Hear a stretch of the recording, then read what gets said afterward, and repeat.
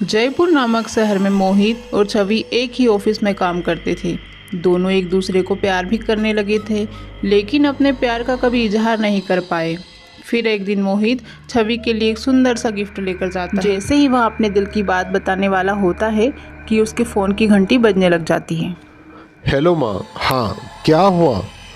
कैसे? चलो मैं जल्दी से हॉस्पिटल पहुँचता हूँ। क्या हुआ मोहित? किसका फोन था? वो मेरे बाबूजी का एक्सीडेंट हो गया है। उन्हें बहुत गहरी चोट आई है। मुझे जल्दी ही हॉस्पिटल जाना पड़ेगा। मैं तुमसे बाद में आके बात करता हूँ। मोहित जल्दी से हॉस्पिटल पहुंचता है, जहां उसे डॉक्टर बताते हैं कि अब उसके बाबूजी कुछ ही दिन के मेहमान हैं। पिताजी, आप टेंशन मत लो, जल्दी ठीक हो जाओगे। मैं अब बच नहीं पाऊंगा बेटा। अब तो बस तू मेरी एक आखिरी इच्छा पूरी कर दे। जल्द से जल्द शादी कर ले। ठीक है पिताजी, मैं जल्दी ही शादी कर लेता हूँ। फिर जल्दबाजी में ही बिना किसी को बताए मोहित के घर वाले उसकी एक प्रिया नाम की लड़की से शादी कर देते हैं। शादी के 4 दिन बाद ही मोहित के बाबूजी का भी देहांत हो जाता है। बहुत दिन तक मोहित ऑफिस नहीं आता तो छवि उसे फोन करती है, पर मोहित उसका फोन नहीं उठाता। छवि मोहित के घर जाती है। जैसे ही वो घर की बेल बजाती है तो मोहित की बीवी प्रिया दरवाजा खोलती है। वैसे आप कौन हो? जी, मैं मोहित की पत्नी प्रिया। ये बात सुनकर छवि के पैरों तले जमीन खिसक जाती है। ये बात बिल्कुल बर्दाश्त नहीं कर पाती और मोहित से बिना मिले वहाँ से चली जाती है। उसके बाद वो अपना सारा सामान पैक करके अपने गांव निकल जाती है। छवि पूरे रास्ते रोती रहती है। जैसे ही वहाँ अपने पहाड़ों के शहर शिमला पहुँचने ही वाली होती है कि उसका एक ट्रक से एक्सीडेंट हो जाता है और वहाँ खाई में गिरकर मर जाती है। छवि की मौत होते ही वहाँ चुड़ैल बन जाती है। अब मैं किसी को जिंदा नहीं छोड़ूंगी। ऐसे ही देखते देखते बहुत वक्त बीत जाता है। मोहित और प्रिया का एक प्यारा सा बेटा भी हो जाता है। एक दिन जब मोहित अपने बेटे कुणाल के साथ खेल रहा होता है, इतने दिन हो गए, कभी तो हमें कहीं घुमा ले। चलो, तुम बहुत दिनों से शिमला घूमने का बोल रही हो। सामान पैक कर लो, कल चलते हैं।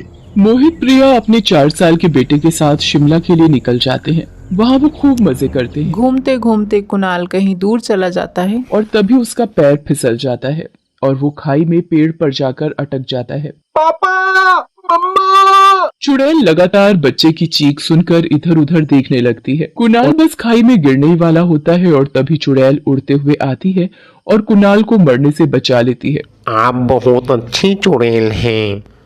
मैं अच्छी चुड़ैल नहीं हूँ, चला जा यहाँ से, नहीं तो मार दूंगी तुझे। चुड़ैल उसे छोड़कर चली जाती है। कुछ ही देर में अंधेरा हो जाता है। कुणाल वही कोने में बैठा रोता रहता है।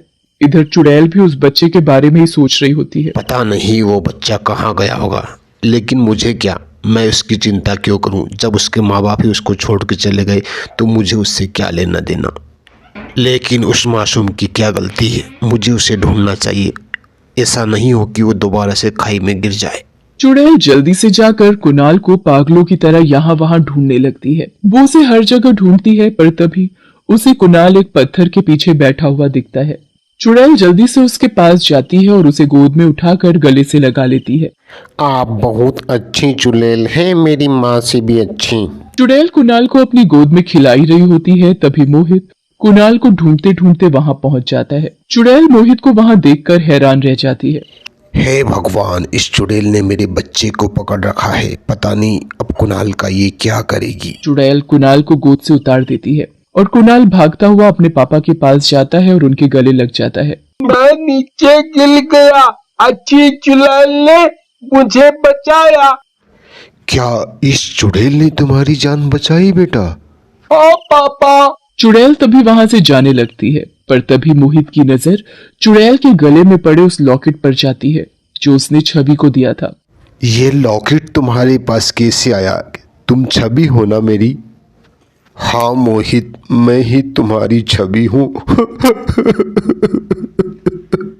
लेकिन छवि, तुम चुड़ैल कैसे बन गई? मोहित, मैं तुमसे मिलने जब तुम्हारे घर गई तो देखा कि तुम्हारी प्रिया से शादी हो चुकी है। मैं तब घर लौट रही थी, रास्ते में मेरा एक्सीडेंट हो गया और यह मेरी हालत हो गई। मैंने भी तुम्हें हर जगह ढूंढा, लेकिन तुम कहीं नहीं मिली। प्रिया से शादी मेरे घर वालों की मर्जी से हुई। मैं आज भी तुमको बहुत प्यार करता हूँ। मोहित, मैं तुम्हें हमेशा गलत समझती रही कि तुमने मुझे धोखा दिया, लेकिन तुम सही थे। छवि और मोहित आखिरकार एक दूसरे को दिल की बात बता ही देते हैं। सच जानकर छवि की आत्मा को भी शांति मिल जाती है और वह हमेशा के लिए गायब हो जाती है।